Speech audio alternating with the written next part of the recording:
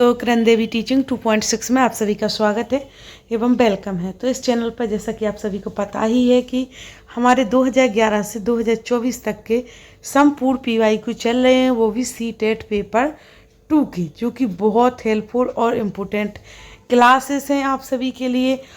तो पिछले ईयर पूरे पेपर लगवाए थे और इस ईयर भी चल रहे हैं। तो आप सभी आकर जरूर चेकआउट कीजिए, प्लेलिस्ट में नंबर वाइज क्लासेस डली हुई हैं और NCERT भी फॉलो कीजिए, वो भी इसमें नंबर वाइज डली हुई है। तो चलो आज की क्लास स्टार्ट करते हैं। ये हमारे पेडागोजी के क्वेश्चंस। तो हमारा पहला क्वेश्चन है, निम्नलिखित में से कौन सी प्रथा शिक्षा में समावेशन को बढ़ावा देती है? निम्नलिखित में से ऐसी कौन सी प्रथा है जो शिक्षा में समावेशन को बढ़ावा देती है? तो छात्रों को शारीरिक दंड वाली, एक गलत है।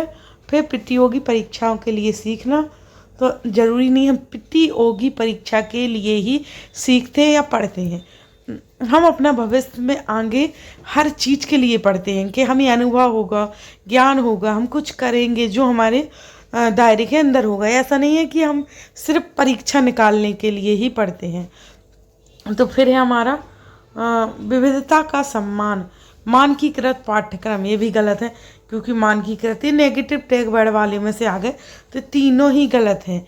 जो समावेशन को बढ़ावा देती है जो शिक्षा, वो हो जाएगा हमारा विविधता का सम्मान। जो विविधता है उसका सम्मान करेंगे, वही शिक्षा को समावेशन को बढ़ावा देगी, शिक्षा की समावेशन को बढ़ावा देगी विविधता का सम्मान करने से।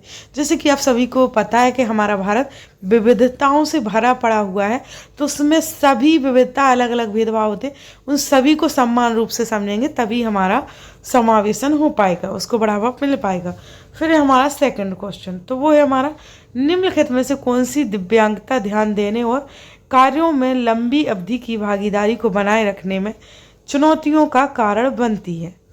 जो ऐसी कौन सी दिव्यांगता ध्यान देने और कार्यों में लंबी अवधि की भागीदारी को बनाए रखने में चुनौतियों का कारण बनती है? इसका आंसर देखते हैं। और हाँ, इसका आंसर देखते से पहले आप सभी चैनल को लाइक एवं सब्सक्राइब कर दीजिएगा, बेल आइकन को प्रेस, सभी को शेयर, जो नए आए हुए हैं वो जरूर सब्सक्राइब कर लीजिएगा, बेल आइकन को प्रेस और एक लाइक। चलो आगे बढ़ते हैं, तो देखते हैं हमारा इसका आंसर क्या है। तो ध्यान, अवधान, अतिक्रियाशीलता विकार, या लेखन वैकल्प, या पठन वैकल्प, या दृष्टि क्षति। तो राइट आंसर हो जाएगा हमारा, जो चुनौतियों का कारण बनती है वो है ध्यान, अवधान, अतिक्रियाशीलता विकार। ये हमारा राइट आंसर हो जाएगा, यानी फर्स्ट ही। और जहाँ से हम छोड़ते हैं वहीं से अपने क्वेश्चन स्टार्ट कर लेते हैं।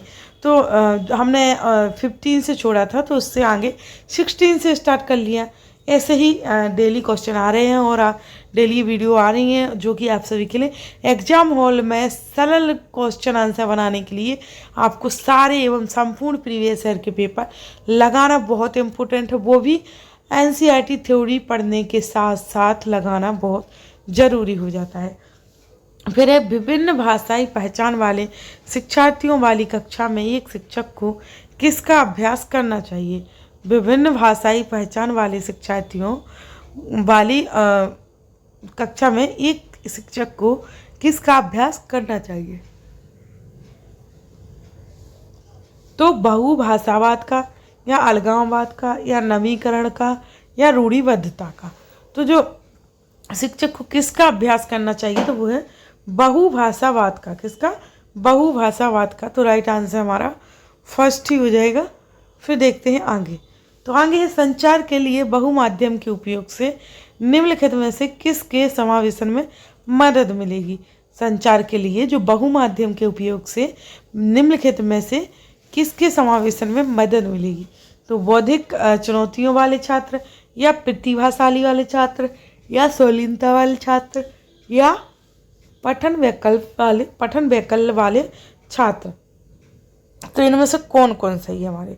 तो इनमें से A, B, C, D चारों ही सही है, जिससे समावेशन में मदद मिलेगी। हमारे चारों ही पॉजिटिव हैं, जिससे समावेशन में मदद मिल सकती है। तो हमारा फोर्थ राइट आंसर हो जाएगा, जिसमें है कि A, B, C, D। फिर है आगे, तो निम्नलिखित में से कौन सा विकल्प कौन सा विकल्प दी गई दिव्यांगता और संबंधित छात्रों के समावेशन हेतु यथोचित संयोजन रणनीति का सही युग्म है? निम्नलिखित में से कौन सा विकल्प दी गई दिव्यांगता और संबंधित छात्रों के समावेशन हेतु यथोचित संयोजन रणनीति का सही युग्म है? तो गोडज विकल्प या कैलकुलेटर के उपयोग पर रोक, पठन विकल्प यानी लिखने के लिए लंबे लंबे निबंध देना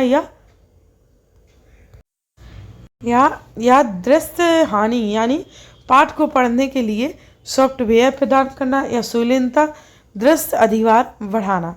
तो जो सही युग्म है वो हो जाएगा हमारा सही संयोजन। इस क्वेश्चन के अनुसार क्या हो जाएगा? वो हो जाएगा दृश्य हानि यानी पाठ को पढ़ने के लिए सॉफ्टवेयर प्रदान करना, है ना। दिव्यांगता होगी तो ये जरूर करना। तो हमारा तीसरा ही राइट आंसर माना जाएगा इसके अनुसार। फिर है कि निम्नलिखित में से कौन सा विकल्प विद्यार्थियों की सोच को सुसाध्य नहीं करता है? निम्नलिखित में से कौन सा विकल्प विद्यार्थियों की सोच को सुसाध्य नहीं करता है?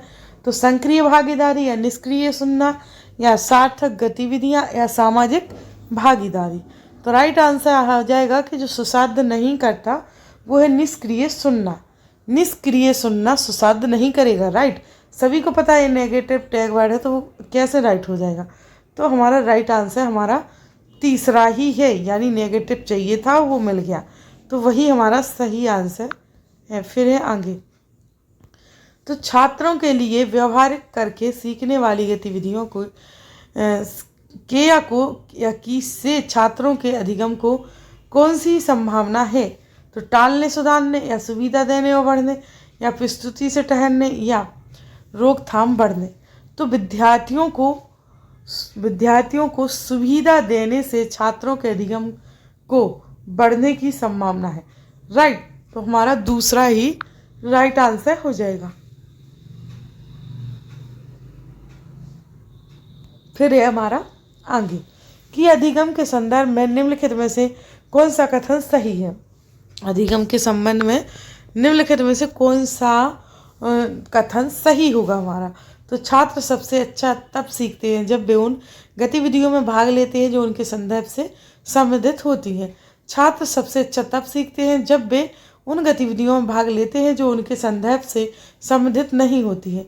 जब छात्र अर्थहीन गतिविधियों में भाग लेते हैं तो वे सबसे अच्छा सीखते हैं, या यांत्रिक गतिविधियों में भाग लेने पर छात्र सबसे अच्छा सीखते हैं। तो राइट, तो हमारा राइट आंसर हो जाएगा वह जो गतिविधियों में भाग लेंगे तभी ना वो संदर्भ में अच्छे से सीख पाएंगे। तो हमारा फर्स्ट ही राइट आंसर माना जाएगा। फिर आगे बढ़ते हैं, देखते हैं कि एक नए विषय का परिचय देते समय शिक्षक को ऐसे प्रश्न पूछने चाहिए। कैसे? एक नए विषय का हम परिचय देते हैं अगर, तो जैसे हम ही समझो शिक्षक हैं, तो ऐसा कौन सा प्रश्न पूछे बच्चों से? कौन सा पूछना चाहिए?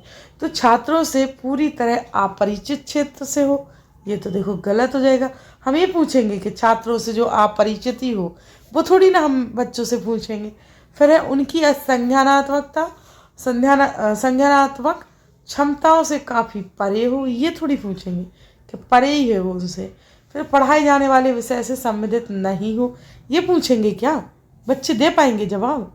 आप ही समझो, अगर आप ही शिक्षक हो जाओगे तो ऐसे क्वेश्चन तो हम नहीं पूछेंगे। बच्चा कौन सा फोर्थ तो उससे पढ़ते हैं कि अध्ययन किए जाने वाले विषय को छात्रों के पूर्व ज्ञान से जोड़ते हो, राइट। हम ये क्वेश्चन पूछेंगे बच्चों से। क्यों पूछेंगे अगर शिक्षक बन जाएंगे तो? अगर अध्ययन जो किए जाने वाले विषय को छात्रों के जो पूर्व ज्ञान से जोड़ते हो वही पूछेंगे ना हम, तब उन्हें समझ आ पाएगा। तो हमारा फोर्थ ही राइट आंसर हो जाएगा। अगर हम अर्थ लगा के पढ़ाएं बच्चों को तो वो और अच्छे से समझते हैं, और उनका जो पूर्व ज्ञान है उसको हम अगर जोड़ के पढ़ाएं तो और अच्छे से समझ पाएंगे। इसलिए हमें समझना बहुत ज़रूरी होता है। ऐसे नहीं कि उठा के क्वेश्चन रख दिए चलो लो बताओ, ऐसा नहीं होता है। उनको समझाएंगे तभी वो आंसर हमें रिटर्न में दे पाएंगे। तो छात्रों का सामाजिक सांस्कृतिक संदर्भ, छात्रों का जो सामाजिक और सांस्कृतिक संदर्भ है वो क्या बोलता है? तो सीखने की प्रक्रिया में न्यूनतम भूमिका निभाता है, या सीखने की प्रक्रिया में कोई भूमिका नहीं निभाता है, या सीखने की प्रक्रिया में एक महत्वपूर्ण भूमिका निभाता है, या को सीखने की प्रक्रिया में अनदेखा किया जाना चाहिए। तो देखो हमारा ये पहला गलत है, दूसरा है, पूरे नेगेटिव ही दिख रहे हैं, और फोर्थ भी राइट हमारा तीसरा है कि सीखने की प्रक्रिया में एक महत्वपूर्ण भूमिका निभाता है। क्या क्या निभाता है महत्वपूर्ण भूमिका? तो वो निभाता है सामाजिक सांस्कृतिक संदर्भ छात्रों के लिए। तो ये एक महत्वपूर्ण भूमिका निभाता है, मतलब निभाता है सीखने में। तो हमारा तीसरा ही राइट आंसर हो जाएगा। फिर आगे देखते हैं। तो यहाँ पर है हमारा कि एक शिक्षक का इरादा अपने छात्रों के बीच चिंतनशील कौशल की सुविधा प्रदान करना है। इसके लिए उसे क्या करना चाहिए? छात्रों से बोर्ड पर लिखी सामग्री को कॉपी करने के लिए कहना चाहिए, या छात्रों को अपनी समझ के बारे में सवाल पूछने के लिए प्रोत्साहित करना चाहिए, या छात्रों को रटने याद करने के लिए गद्दा देना चाहिए। रटने गलत हो गया, फिर इधर कॉपी करने के लिए लिखी सामग्री ये गलत हो गया। मतलब नेगेटिव टैग वर्ड बहुत आ जाते हैं, पॉजिटिव टैग वर्ड से हम समझ जाते हैं पेडागोजी में कितने गलत कितने सही हो रहा है। और फिर इसमें उद्दीपन प्रतिक्रिया संबंध अनुकूलित करना चाहिए, ये भी यहाँ पर गलत हो गया। तो राइट बच्चा कौन? दूसरा, कि छात्रों को अपनी समझ के बारे में सवाल पूछने के लिए प्रोत्साहित करना चाहिए। राइट, जो उनमें समझ है उसके अनुसार वो क्वेश्चन पूछे, इसके लिए हमें प्रोत्साहित करना चाहिए। तो दूसरा हमारा राइट हो जाएगा। फिर है एक शिक्षक को निम्न में से क्या करना चाहिए? अगर आप एक शिक्षक हो तो आपको क्या करना चाहिए इन सभी में से? तो छात्रों को स्वयं अपनी त्रुटियों की पहचान करने के लिए हतोत्साहित करना चाहेंगे? तो नहीं, मैं ही बोल देती हूँ। छात्रों द्वारा की गई भ्रांतियों को नज़रअंदाज करेंगे? तो नहीं। छात्रों की भ्रांतियों को मजबूत करना चाहिए, वो भी भ्रांतियों को मजबूत करना चाहोगे? तो ये भी गलत है हमारा बच्चा कौन? फोर्थ, कि छात्रों को अपनी त्रुटियों को स्वयं ठीक करने के लिए पाठ प्रदान करनी चाहिए। राइट, कि वो स्वयं ठीक करें, उसके लिए हम पाठ प्रदान कर सकते हैं। तो हमारा फोर्थ ही राइट आंसर हो जाएगा एक शिक्षक के अनुसार, है ना। फिर है कि एक छात्र परीक्षा से पहले बहुत घबराया हुआ है और उच्च स्तर की चिंता महसूस कर रहा है, तो उसकी इस भावनात्मक स्थिति का क्या प्रभाव पड़ने की संभावना है? तो यह प्रदर्शन के लिए आंतरिक प्रेरणा का कारण बनेगा, या इसका परीक्षा में उसके प्रदर्शन पर कोई प्रभाव नहीं पड़ेगा, या इसकी वजह से परीक्षा में उसके प्रदर्शन में सुधार होगा, या यह परीक्षा में उसके इस प्रदर्शन को नकारात्मक रूप से प्रभावित करेगा। तो देखो हमारा जो भावनात्मक स्थिति का क्या प्रभाव पड़ने की संभावना होती है, वो भी चिंता महसूस कर रहा हो, अगर बच्चा घबराया हुआ भी है तो उसका प्रभाव पड़ेगा कि यह परीक्षा में उसके प्रदर्शन को नकारात्मक रूप से प्रभावित करेगा। राइट, तो हमारा फोर्थ ही राइट आंसर हो जाएगा क्वेश्चन के अनुसार। फिर है आगे। तो निम्नलिखित में से कौन सा प्रेरणा के स्रोत और प्रेरणा के प्रकार का सही मिलाप युग्म है? तो जिज्ञासा आंतरिक प्रेरणा, या समकक्षियों की सराहना आंतरिक प्रेरणा, या शिक्षक की प्रशंसा आंतरिक प्रेरणा, या मैच में ट्रॉफी आंतरिक प्रेरणा। तो हमें राइट आंसर ढूंढना है प्रेरणा के स्रोत और प्रेरणा का प्रकार का सही मिलान। तो देखो जिज्ञासा और आंतरिक प्रेरणा ये दोनों ही सही मिलाप युग्म है। तो हमारा फर्स्ट ही राइट आंसर हो जाएगा क्वेश्चन के अनुसार। फिर देखते हैं हमारा है। तो यहाँ कौन सा विकल्प किसी संप्रत्यय की समझ को सुसाध्य नहीं करेगा? ऐसा कौन सा विकल्प है जो संप्रत्यय की समझ को सुसाध्य नहीं करेगा? तो छात्रों को शिक्षक द्वारा दिए गए नोट्स से उत्तरों की प्रतिलिपि बनाने के लिए कहना सुसाध्य नहीं करेगा। ये भी अच्छे से नोट कीजिएगा कि आंसर हमें किसके अनुरूप ढूंढना है ना।